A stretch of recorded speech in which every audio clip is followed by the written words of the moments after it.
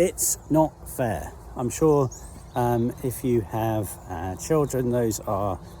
three little words that you will have heard on more than one occasion, particularly if you have more than one child. I'm just on my way back from an assembly at a local primary school in which I was asked to talk on the theme of justice and linking it in with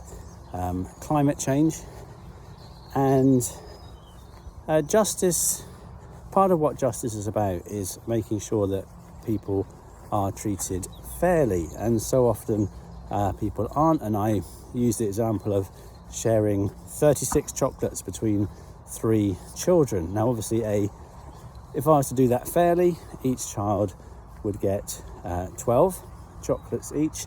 but if I was to give the first child 1 chocolate, the second child 5 chocolates, and therefore the third child got 30 chocolates, many people would think that wasn't fair, and may well voice that opinion, but the person who's got the 30 chocolates probably thinks that they've got a fairly good deal. But the only way that situation is going to be resolved fairly is that if the person with 30 chocolates is prepared to give away a considerable percentage of their chocolates to the others. And I think in many of the issues of justice that we may be aware of, either locally or globally, many of those situations we would probably come into the category of people with the 30 chocolates rather than the people with the 1 or the 5. And when God speaks through the prophets, his words of warning are often to the people with the 30 chocolates,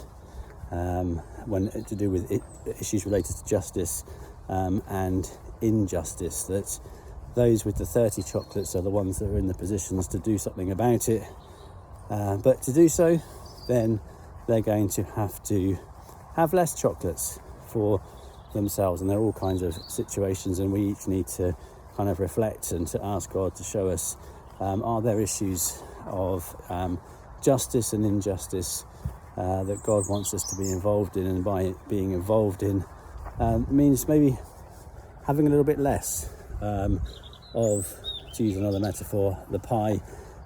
so that others can have a little bit more.